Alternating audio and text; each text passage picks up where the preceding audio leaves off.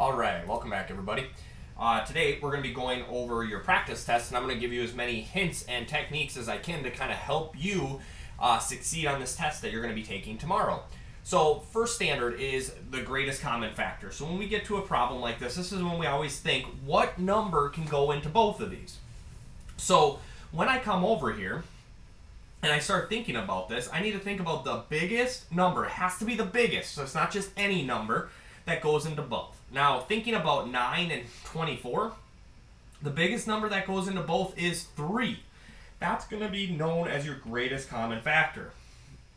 Now, whatever your greatest common factor is, that's always the number that's going to sit in front. So here's one tip that you should know.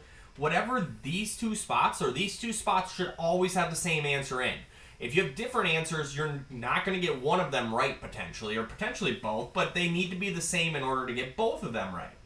Now, looking at the next problem, if I pulled a 3 out of each of those, then I would be left with, so let's just do this, right? So if I divided 3 out, so 9x divided by 3 would leave us with 3x, and 24 divided by 3 would leave us with 8. So all you're going to need to do on the test is identify the number in front of the x, that's going to be your 3, and the number at the very end, this was plus 8, and you would be done with this problem. Let's look at the next one. This one's going to get slightly harder. Now, the reason this one gets harder is because now we start to introduce variables. So we still need to find the biggest number that goes into each. So 15 and 10, I think 5 goes into each. So if I were to pull out a 5, that would be part of my greatest common factor. Now, notice how this one has 2 x's and this one has 1 x. You can always pull out as many x's as the one that has the fewest. So in this situation, since 1 is smaller than 2, you're allowed to pull out 1x. Now, we still got to get back. So 5x times 3 would get me back to 15x squared. Or 15 divided by 5 would give us 3. Now, this is where you need to think a little bit. So coming over here, in this problem, we started with 2 x's, and then we pulled out 1x. So if that's the case, then I'd be left with 1x here, right? So I got to make sure I have 2 total if I were to multiply that back out. When we get to the next one, if I take negative 10 divided by 5, that would give us a negative 2. Now in this one, we started with 1x and we pulled out 1x. So we don't have any extras that need to sit there.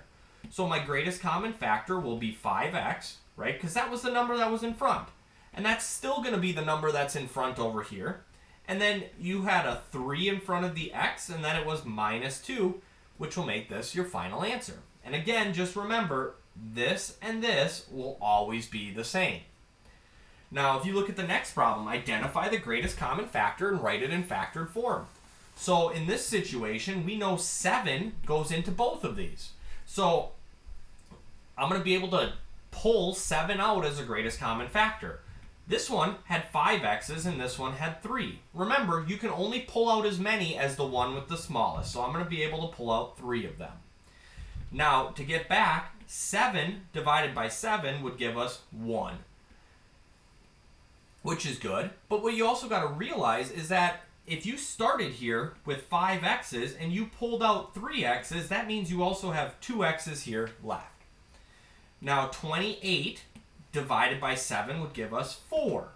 And in this situation, we started with 3 x's and we pulled out 3 x's, so we don't need any extra to fill up the spot. So my final answer here is going to be 7x to the third. That's my greatest common factor. That's also going to be the number that's going to be out front. And then in front of the x squared was 1, and at the very end it was plus 4, so we're done. Let's look at the last problem. This would be the hardest one in that greatest common factor, right? This is if you're really pushing to get a 4 on this. So looking at this problem, a couple of things to consider. First off, we have 3 terms, so there's a little bit more work now. But the biggest thing is that this leading term is negative. Whenever you get a leading term that's negative, you're going to need to divide out the negative. So we're going to divide negative 2 out of each of these because negative 2 goes into each of them. Now, each of them also have an x. This one had 3, this one had 2, and this one had 1. So you can pull out 1x since 1 was the smallest number. So to get back, I like to use my calculator sometimes. If I just take whatever this number is and divide it by this one, that would give me my number. So negative 2 divided by negative 2 is a positive 1. Now I wanted 3 x's. I pulled out 1, so that means I have 2 left here. Then I do it again. Negative 10 divided by negative 2 gives us 5. That 5 is positive, so I'm going to put a plus 5. I wanted 2 x's. I pulled out 1, so I'm left with 1. Then I get to the last one. 22 divided by negative 2 is negative 11. I wanted 1x and I pulled out 1x, so we don't have any more thinking to do about our x's. So out front, I'm going to have my negative 2x. I'm going to have my minus 2x right there. In front of x squared, we had the 1. In front of the x was 5, and then it was minus 11 at the very end. Looking at the next one, right? This is our next standard. It was factoring trinomials. We did this using the x. So when we came over here, you would have made an x. And the way you got the top number is by multiplying whatever number's in front here by this. So 1 times 15 is 15. And then this positive 8 is going to go on the bottom. So we have a positive 15 and a positive 8. And remember, when we make these, we like to think to ourselves, what numbers multiply to be the top and add to be the bottom? Well, two numbers that multiply to be 15 that add to give us 8 would be a positive 3 and a positive 5. Now, when you come over here, this is what I need you to think about a little bit. Remember that whatever this a value is, you always put ax and ax here, right? So a was 1, which is why it's 1x and 1x. Now, to wrap this problem up, what you need to think to yourself is you always look at this fraction on the side, and you have to ask yourself, does it reduce? And you have to do that for both of them. If it doesn't reduce, then your answer will be 1x plus 3 and 1x plus 5. Now, in this problem, notice how the plus 3 is already here for you. So we just need to put the 1 in front of the x, and then 1 and 5 go right there. Nice job. Let's look at another one. So in this one, again, there's a 1 right there. So I'm going to have 1 times negative 10. That's going to give me my top number. My bottom number is going to be negative 3. Then I'm going to put my ax, so 1x and 1x. We need two numbers that multiply to give us a negative 10 that add to give us a negative 3. Now, if we just come over here and think about this, then when I come over here, two numbers that multiply to give us a negative 10 and add to give us a negative 3, how about, and I got to think, right? So how about a negative 5 and a positive 2, right? Those would multiply to give us the top, and they would add to give us the bottom, so we're good. So that means my answers here are going to be 1x minus 5 and 1x plus 2. Now, when I come over here to my answer, notice how there's no spot for the 1s. And that's okay, because we don't always need to put the 1 in there. But notice how the plus 2, the plus is in the first one. So we got to put the 2 there, and then the minus 5 is in the second one, so it's got to be the 5 there. Let's look at the next one. So x squared plus 14x plus 49. So put the 1 there. 1 times 49, that's what's going to give us our top. 1 times 49 is 49.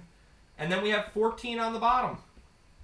So there we have it. We need two numbers that multiply to give us 49 that are going to add to give us 14. And how about 7 and 7? I think that works, because 7 times 7 is 49.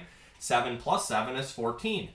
Since neither one of my fractions reduce here, I know my answer is going to be 1x plus 7 and 1x plus 7. Now, looking at our answers here, looks like we just have two spots. So how about plus 7 and plus 7, and we move on with life. We're done. Here's our last one. This is our toughest one. Remember, to get the top number in your x, you multiply that times that. So 3 times 10 is going to give you 30. Plus 11 is going to show up on the bottom. Now, in this situation, a is 3, so I'm going to have 3x and 3x over. We need two numbers that multiply to give us 30 that add to give us 11.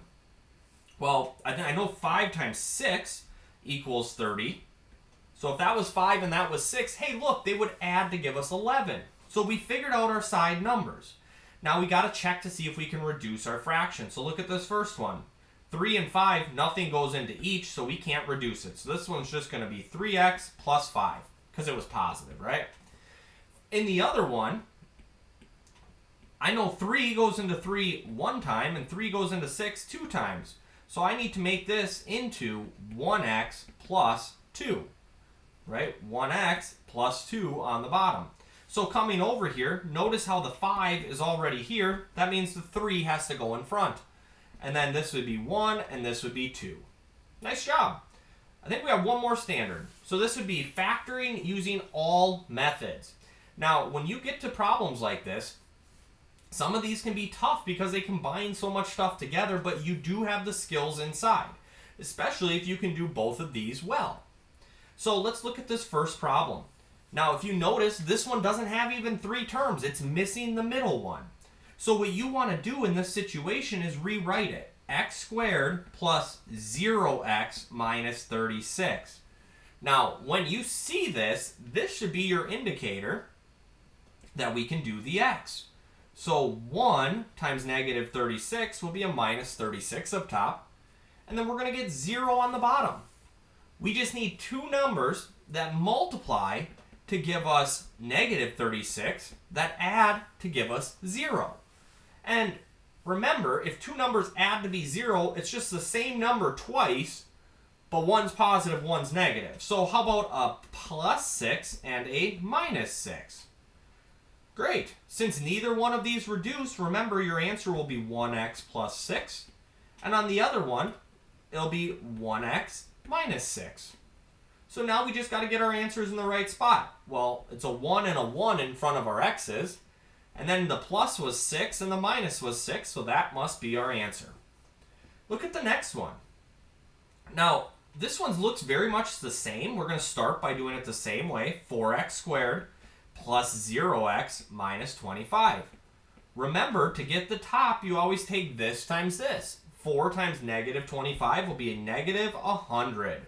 We're going to get a 0 on the bottom. You need 2 numbers that multiply to give you 100, or negative 100, that add to give us 0.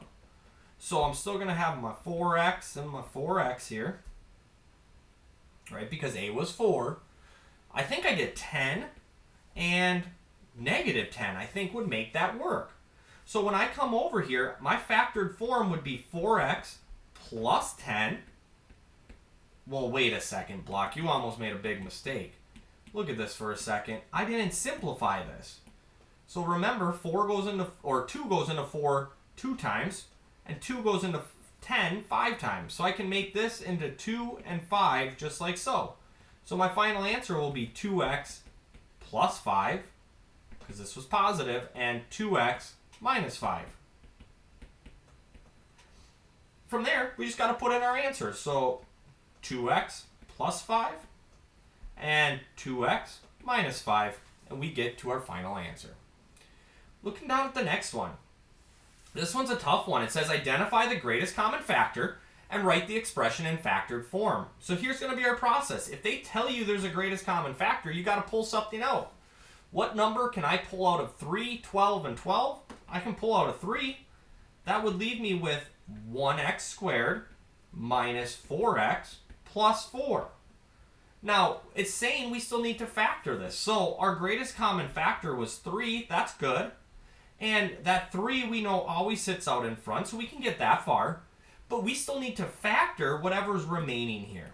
So if you look at this inside piece now, there's still work to be done. So coming over here, remember that that can be factored using the x. So 1 times 4, we just kind of forget about the 3 for a minute, would give us a positive 4 up top. And then we get a negative 4 on the bottom. And then my a is 1, so this would be 1x and 1x. Now, as we come over here and keep working on this problem, we need to find the 2 numbers that multiply to give us a positive 4 that add to give us a negative 4. So how about a plus 2 and a minus 2? I think that works out. So that would mean my final answer would be 1x plus 2 and 1x minus 2. And don't forget, we have the 3 that was in front. So in this one, Oh, I'm sorry, not minus. Both of these need to be negatives, don't they? Because negative 2 times negative 2 would equal the positive 4, and negative 2 plus negative 2 equals negative 4. So I'm going to get a 3 times 1x. Now notice there's no spot for the 1, and that's okay. You don't need to put the 1x. But it is minus 2 and minus 2 in each of those, which will make this our final answer. Remember, anytime you pull out the greatest common factor, that's always going to sit down in front. Here's our last problem. This one's telling us, again, there's a greatest common factor. So what you need to do, let's factor it out. So what number can I divide out of each of these? Well, 5, 5, and 100, I think I can pull a 5 out. But then I notice they both have an, or all three of them have an x, so I can pull an x out too. So 5 divided by 5 would give us 1. And if I started with 3 x's and I pulled out 1, I would have 2 left. Negative 5 divided by 5 would give us a minus 1. If I started with 2 x's and I pulled out 1, I would have 1 remaining. Negative 100 divided by 5 would give us a negative 20. And if I started with 1x and I pulled 1 out, I don't have any left. So my greatest common factor here is going to be 5x because that was the number on the outside. So I'm going to put that number there and that number there. Now, as you continue on here, look at the bottom. This should still be factored more because it doesn't fit this mold. After the greatest common factor, our only other way to factor is using the x. So if I take 1 times negative 20, that gives us our top number. Negative 1 is going to go down here on the bottom. We need two numbers that multiply to give us negative 20, that add to give us a negative 1.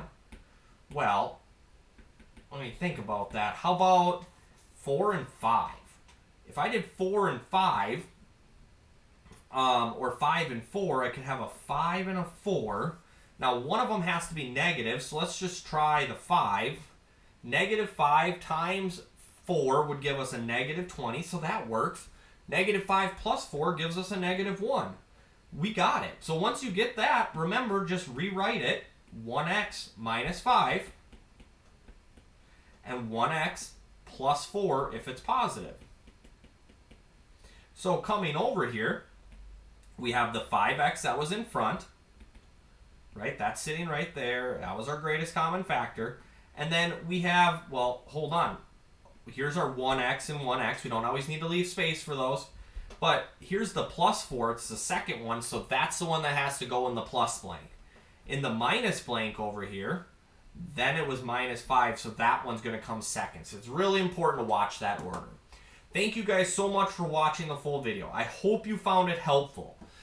If you have any questions, please don't hesitate to reach out. Remember, we're here to help and get you ready to go for that test tomorrow. Or I should say on Friday. I don't know when I'm going to tell you to watch this video. Thank you guys for watching. Have a good day.